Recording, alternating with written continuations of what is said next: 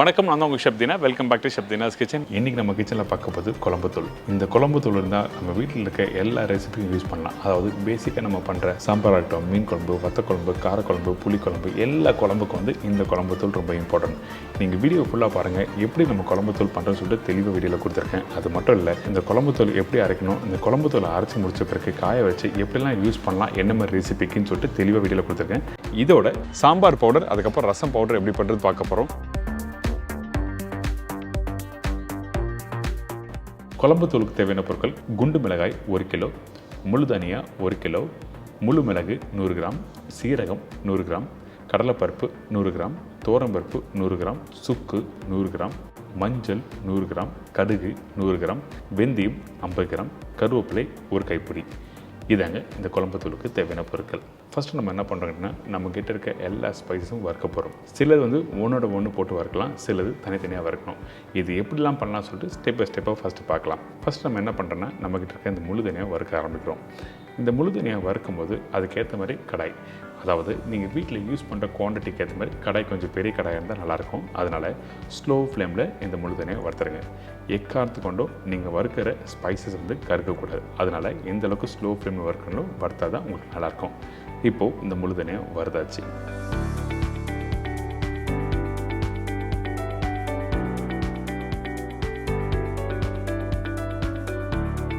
இதுக்கப்புறம் நம்ம என்ன பண்ணுறோம், இந்த துவரம்பருப்பு வறுக்க போகிறோம். இந்த இடத்துல துவரம்பருப்பும் கடலைப்பருப்பும் ரெண்டுத்தையும் ஒன்றா போட்டு வறுக்க போகிறோம். ஆனால் இந்த துவரம்பருப்பு ஃபஸ்ட்டு போட்டு நல்லா ஸ்லோ ஃப்ளேமில் வறுக்க ஆரம்பிக்கிறேன். எதுக்காக எடுத்த உடனே துவரம்பருப்பு ஃபஸ்ட்டு வறுக்கிறேன்னு கேட்டிங்கன்னா, துவரம்பருப்பு வறுக்கிறதுக்கு டைம் எடுக்கும், கடலைப்பருப்பு சீக்கிரமாக கலர் வந்துடும், அதாவது சீக்கிரமாக வறுத்து எடுத்துலாம் சொல்ல வரேன். அதனால் இந்த துவரம்பருப்பு ஒரு 50% அளவுக்கு நல்லா வறுத்து வர்ற டைமில் கடலைப்பருப்பு போட ஆரம்பிக்கலாம்.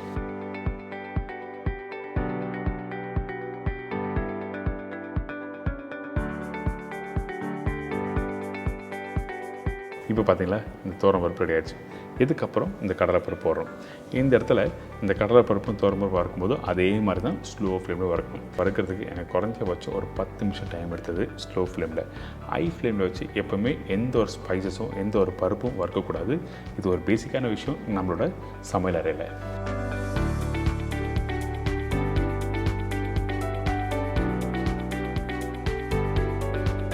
இப்போது இந்த துவரம்பருப்பும் கடலைப்பருப்பும் வறுத்தாச்சு.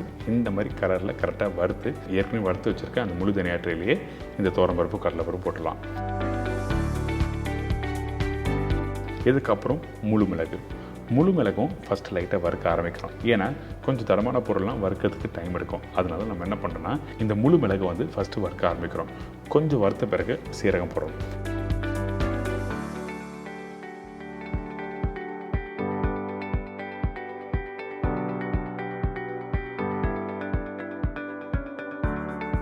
இந்த சீரகம் இந்த முழு மிளகும் சேர்த்து வறுக்கும்போது உங்களுக்கு நல்லா வாசனை வரும். அதாவது கொஞ்சம் கலர் மாறுற டைமில் அந்த வாசனை நல்லா சூப்பராக வரும். அதுக்கு பிறகு நம்ம என்ன பண்ணுறோன்னா, இந்த இடத்துல இந்த சுக்கு மஞ்சள் போட்டு நல்லா மிக்ஸ் பண்ணி ஒரு 2 நிமிஷம் வதக்கினா மட்டுமே போதும். நல்லா புரிஞ்சுக்கோங்க, மிளகும் சீரகம் வறுக்கிறதுக்கு ஒரு 8 நிமிஷம் டைம் எடுக்கும். அதுக்கு பிறகு இந்த மஞ்சளும் சுக்கும் போட்டு ஒரு 2 நிமிஷம் லைட்டாக சூடு பண்ணிவிட்டு அதுக்கப்புறம் நீங்கள் ஏற்கனவே வறுத்து வச்சுருக்க அந்த தட்டில் போட்டுடலாம்.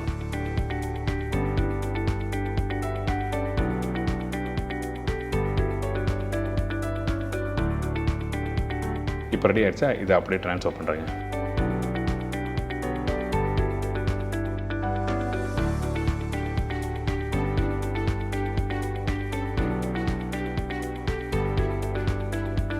இதுக்கு பிறகு கடுகு.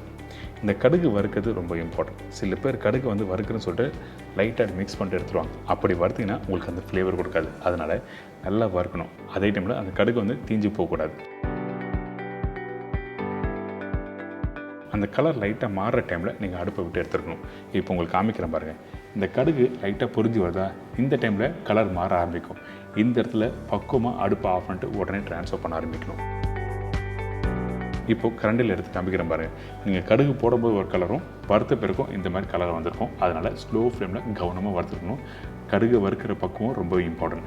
இதுக்கப்புறம் வெந்தயம். இந்த வெந்தயமும் ஸ்லோ ஃப்ளேம் வறுத்துங்க.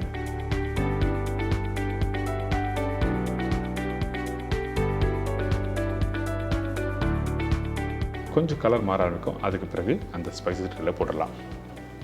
ஸோ இந்த மாதிரி தான் ஸ்டெப் பை ஸ்டெப்பாக எல்லா ஸ்பைசஸும் நம்ம வறுக்கிறோம்.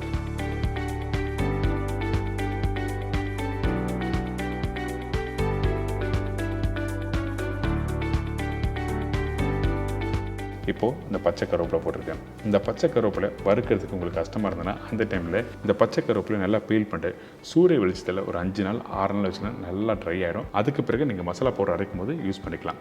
அப்படி பண்ணாதவங்க இந்த மாதிரி நீங்கள் வறுக்க ஆரம்பிச்சுக்கலாம். கருவேப்பிலை ஸ்டார்டிங் வறுக்கும்போது ஒன்றும் இல்லை, ஆனால் கொஞ்சம் லைட்டாக ரோஸ்ட் ஆகும்போது ஆனால் கவனமாக வறுக்கணும். அந்த சின்ன சின்ன கருவேப்பிலை வந்து கருகிறதுக்கு வாய்ப்பு இருக்குது. அதனால் ஸ்லோ ஃப்ளேமில் வச்சு வறுத்துருங்க.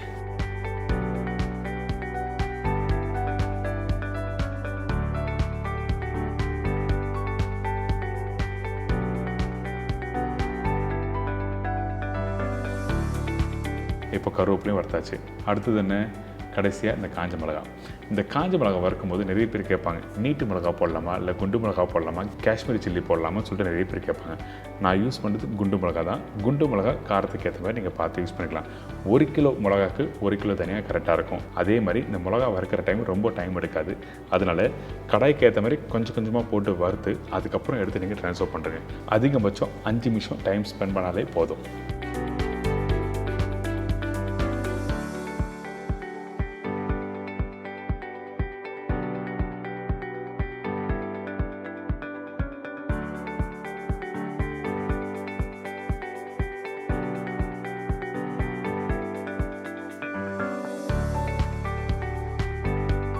இப்போது குழம்பு தூளுக்கு தேவையான அந்த ஸ்பைசஸ் எல்லாத்தையும் வறுத்து ரெடி பண்ணி வச்சுருக்கோம். இதுவே வீட்டில் வறுக்கிறதுக்கு ரொம்ப டைம் எடுக்குது, கஷ்டமாக இருக்குன்னு அந்த டைமில் இந்த மாதிரி ஒரு பெரிய ஷீட் போட்டு காஞ்ச மிளகா, தனியா, மிளகு, சீரகம், துவரம்பருப்பு, கடலைப்பருப்பு, வெந்தயம் இந்த மாதிரி வெயிலில் வச்சுருங்க. அதாவது சன்லைட்டில் 5லேருந்து 6 நாள் நீங்கள் நல்லா காய விட்டு அதுக்கப்புறம் மாமிஷில் கொடுத்து அரைக்கலாம். ஆனால் என்னோடய சஜஷன் வந்து எப்போவுமே வந்து இந்த மாதிரி வறுத்து யூஸ் பண்ணால் வாசனை நல்லா சூப்பராக இருக்கும். அதனால தான் வறுத்து யூஸ் பண்ணுறதை பற்றி நான் ஃபஸ்ட்டு உங்களுக்கு தெளிவாக சொல்லியிருக்கேன். உங்களுக்கு அப்படி கம்ஃபர்டபுளாக இல்லை, வறுக்கும்போது உங்களுக்கு பக்குவமாக கிடைக்க மாட்டுது அப்படின்னு வச்சுன்னா அந்த டைமில் சன்லைட்டில் வச்சு ட்ரை பண்ணிக்கோங்க. இதுக்கு பிறகு நம்ம என்ன பண்ணுறோம், மாமிஷில் கொடுத்து நல்லா அரைச்சிரும். இந்த மாமிஷில் கொடுத்து அரைக்கும் போது ஒரு வாட்டி அரைக்க மாட்டாங்க, 1க்கு 3 வாட்டி அரைப்பாங்க. அப்போ தான் அந்த குழம்பு தூள் வந்து நல்லா ஃபைன் பவுடராக கிடைக்கும்.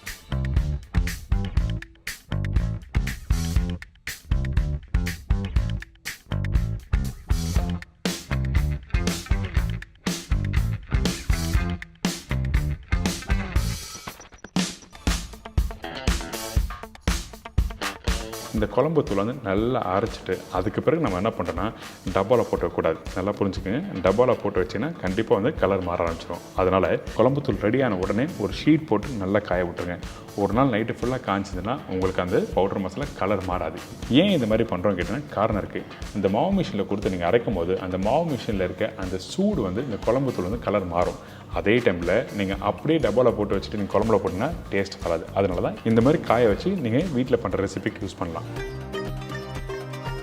இப்போ உங்கள் எல்லாருக்கும் தெரிஞ்சிருக்கும் இந்த குழம்பு தூள் எப்படி பண்ணுறது. சின்ன சின்ன விஷயம் அழகாக தெளிவாக சொல்லியிருக்கேன். இதை தொடர்ந்து சாம்பார் பவுடர், அதுக்கப்புறம் ரசம் பவுடர் எப்படி பண்ணுறது பார்க்க போகிறோம். சாம்பார் பவுடருக்கு தேவையான பொருட்கள்: கடலைப்பருப்பு 3 டேபிள் ஸ்பூன், துவரம்பருப்பு 3 டேபிள் ஸ்பூன், உளுத்தம்பருப்பு 2 டேபிள் ஸ்பூன், முழு தனியா 10 டேபிள் ஸ்பூன் அதாவது 50 கிராம், முழு மிளகு 1 டீஸ்பூன், சீரகம் 1 டீஸ்பூன், காய்ந்த மிளகாய் 20லேருந்து 25 கிராம், வெந்தயம் சிறிதளவு, கருவேப்பிலை சிறிதளவு, பெருங்காயம் 1/2 டீஸ்பூன், மஞ்சத்தூள் 1/4 டீஸ்பூன். இதாங்க இந்த ரெசிபிக்கு தேவையான பொருட்கள். ஃபஸ்ட்டு நம்ம என்ன பண்ணுறோம்னா நம்மக்கிட்ட இருக்க இந்த ஸ்பைசஸ் எல்லாத்தையும் வறுக்க போகிறோம்.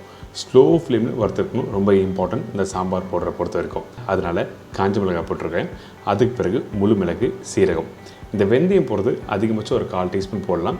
நீங்கள் அதிகமாக போட்டு நீங்கள் வறுத்திங்கன்னா சம்டைம் கரிஞ்சு போடணும், கசப்பு தனம் வந்துடும். அதனால் 1/4 டீஸ்பூன் போட்டு ஸ்லோ ஃப்ளேமில் வறுக்கணும். இதுக்கு பிறகு முழு தனியாக போட்டிருக்கேன். இந்த முழு தனியாக, காஞ்ச மிளகாய், சீரகம், மிளகு, வெந்தயம் இது எல்லாத்தையும் ஒன்றா போட்டு வறுக்க போகிறோம். அதே டைமில் பச்சை கருவேப்பிலையும் நான் போட்டிருக்கேன்.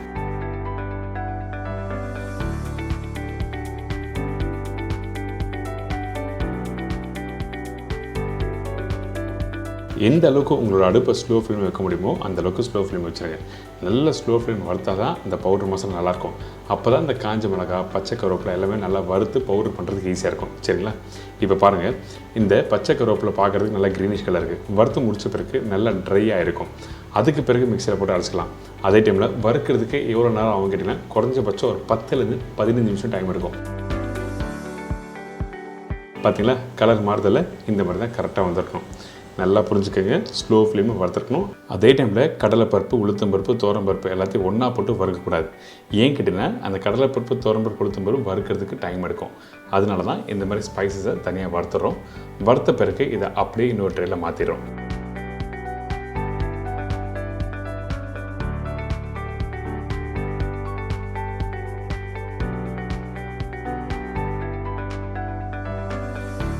சூடு ஆறின பிறகு எல்லாத்தையும் ஒன்றா போட்டு அரைக்க ஆரம்பிக்கலாம். அடுத்து நம்ம என்ன பண்ணுறோம், இதே கடாயில் நம்மக்கிட்ட இருக்க இந்த கடலைப்பருப்பு போட்டிருக்கேன், உளுத்தம்பருப்பு, துவரம்பருப்பு இதெல்லாம் போட்ட பிறகு ஸ்லோ ஃப்ளேம் வறுத்துக்கணும். முக்கியமாக துவரம்பருப்பு இருக்குது பார்த்தீங்கன்னா, அந்த துவரம்பருப்பு கலர் மாறக்கூடாது. சீக்கிரமாக கலர் வர பருப்பு என்னக்குன்னா துவரம்பருப்பு தான். அதனால் ஸ்லோ ஃப்ளேமில் வறுக்க ஆரம்பிச்சிருங்க. அப்படி கொஞ்சம் கலர் மாறிச்சு, கொஞ்சம் தீஞ்சு போகிற மாதிரி இருந்ததுன்னா கண்டிப்பாக நல்லா இருக்காது இந்த பவுட்ரு. அதனால தான் ஸ்லோ ஃப்ளேமில் வறுத்துக்கணும்னு சொல்கிறேன். நீங்கள் எப்படி ஸ்பைஸ் வறுக்கிறதுக்கு 10லேருந்து 15 நிமிஷம் டைம் எடுத்ததோ அதே மாதிரி இதில் இன்னும் 2 நிமிஷம் எக்ஸ்ட்ரா டைம் எடுக்கும். சரிங்களா? இப்போ நல்லா வறுத்து எடுத்தாச்சு. இதுக்கப்புறம் அப்படியே அந்த ட்ரேயில் போட்டு கொஞ்சம் சூடு ஆறட்டும். அதுக்கப்புறம் அரைக்க ஆரம்பிக்கலாம்.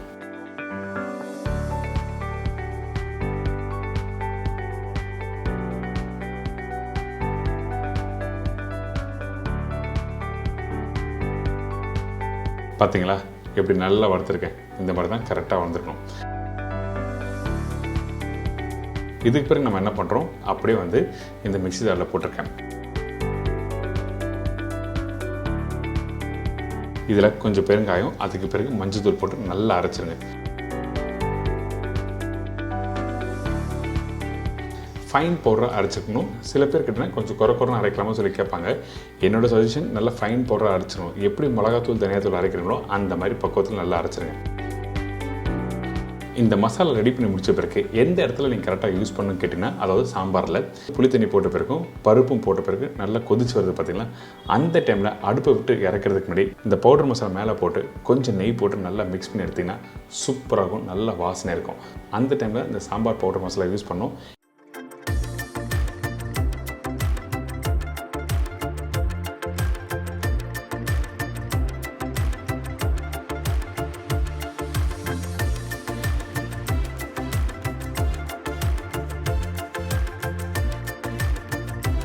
இன்றைக்கி உங்களுக்கு தெரிஞ்சிருக்கும் இந்த சாம்பார் பவுடர் மசாலா எப்படி வீட்டில் பண்ணுறதுன்னு. இதை தொடர்ந்து ஒரு அருமையான ரசம் பவுடர் எப்படி பண்ணுறது பார்க்கலாம். இப்போ இந்த ரெசிபிக்கு தேவையான பொருட்கள் பார்த்தலாமா?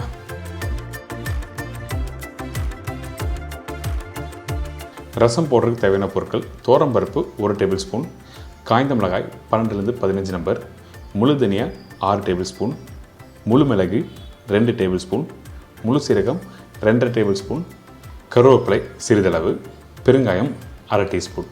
இதாங்க ரசம் பவுடருக்கு தேவையான பொருட்கள். இந்த ரசம் பவுடர் பண்ணும்போது ஃபஸ்ட் நம்ம என்ன பண்ணுறோன்னா, நல்ல ஒரு அகலமான கடாய் எடுத்துக்கங்க. அந்த கடாயில் ஃபஸ்ட்டு துவரம்பருப்பு போடுறோம். அதுக்கு பிறகு முழு தனியா. இந்த துவரம்பருப்பும் இந்த முழு தனியாக வறுக்கும்போது ஸ்லோ ஃப்ளேம் வச்சு வறுக்க ஆரம்பிக்கணும்.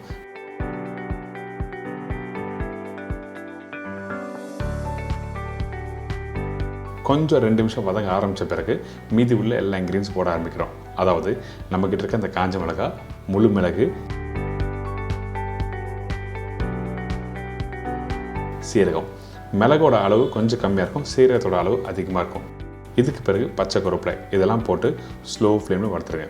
இந்த குவான்டிட்டிக்கு வறுக்கிறதுக்கு எவ்வளோ நேரம் ஆகும் கேட்டிங்கன்னா, குறைஞ்சபட்சம் ஒரு 10லேருந்து 15 நிமிஷம் டைம் எடுக்கும். அதுதான். இதே குவான்டிட்டி அதிகமாக ஆச்சுன்னா உங்களுக்கு கண்டிப்பாக டைம் மாற ஆரம்பிக்கும். வறுக்கிற பக்கம் ரொம்ப இம்பார்ட்டன்ட். நீங்கள் சும்மா லைட்டாக வறுத்துட்டு அதுக்கப்புறம் அந்த ரசம் பவுடரை நீங்கள் பவுடர் பண்ணி யூஸ் பண்ணால் உங்களுக்கு ஃப்ளேவர் கிடைக்காது. அதனால் எந்த அளவுக்கு ஸ்லோ ஃப்ளேமில் வறுக்கணுமோ வறுத்துருங்க. இப்போ கரண்டில் எடுத்து காமிக்கிறேன் பாருங்கள். கரெக்டாக அந்த கோல்டன் ப்ரௌனில் அந்த துவரம்பருப்புலாம் நல்லா வறுத்துருப்போம். துவரம்பருப்பு வறுக்கும்போது கொஞ்சம் கலர் மாறணும், கசப்பு தன்மை வரும். சின்ன சின்ன விஷயம்லாம் கரெக்டாக நோட் பண்ணிக்கோங்க. நீங்கள் அந்த கருவேப்பிலை, காஞ்ச மிளகா கையில் எடுத்தாவே அப்படியே உடைய ஆரம்பிக்கும். அந்த மாதிரி பக்குவத்தில் நல்லா வறுத்துக்கணும்.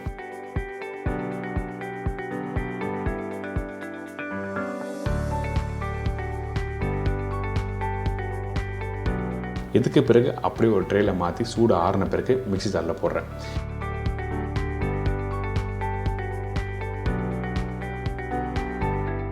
இந்த மிக்ஸி ஜாரில் போட்ட பிறகு நம்ம என்ன பண்ணுறோம், அரைக்க ஆரம்பிக்கிறோம். அதே டைமில் கொஞ்சம் பெருங்காயம் கம்பல்சரி. எந்த ஒரு south Indian recipe powder masala பண்ணாலும் கண்டிப்பாக பெருங்காயம் அதில் போடணும். சரிங்களா? இப்போது இந்த பவுடர் கரெக்டாக ஒரு 85 to 90% அளவுக்கு பவுடர் பண்ணியிருக்கேன். ஃபைன் பவுடர் பண்ணக்கூடாது. இதே சாம்பார் பவுடர் பண்ணும்போது ஃபைன் பவுடர் இருக்கணும். ரசம் பவுடர் வந்து 85 to 90% கொஞ்சமாக குறைன்னு இருந்தால் நல்லாயிருக்கும். இந்த ரசம் பவுடர் நீங்கள் எங்கே யூஸ் பண்ணலாம் கேட்டிங்கன்னா, நீங்கள் நார்மலாக என்ன பண்ணுவீங்க, வீட்டில் தக்காளி, புளி தண்ணி, கொஞ்சம் கொத்தமல்லி எல்லாம் போட்டு நல்லா கரைப்பீங்க பார்த்தீங்களா, அந்த டைமில் உங்களுக்கு தேவையான அளவுக்கு இந்த பவுடர் அங்கே போட்டு நல்லா கரைச்சிங்க. அதுக்கு பிறகு திருப்பி இன்னொரு இடத்துல யூஸ் பண்ணுவோம். என்ன கேட்டிங்கன்னா, கடுகு, சீரகம், காஞ்ச மிளகாய், பூண்டு இந்த மாதிரிலாம் தாளிப்பு போட்ட பிறகு 1/2 டீஸ்பூன் அளவுக்கு இதை போட்டு நல்லா வதக்கிட்டு, அதுக்கப்புறம் அரைச்சி வச்சுருக்க தக்காளி, அதுக்கப்புறம் புளி தண்ணியை போட்டு கொதிக்க விட்டு லாஸ்ட்டாக கொத்தமல்லி போட்டு இருக்குன்னா சூப்பராக இருக்கும் இந்த ரசம் பவுடர்.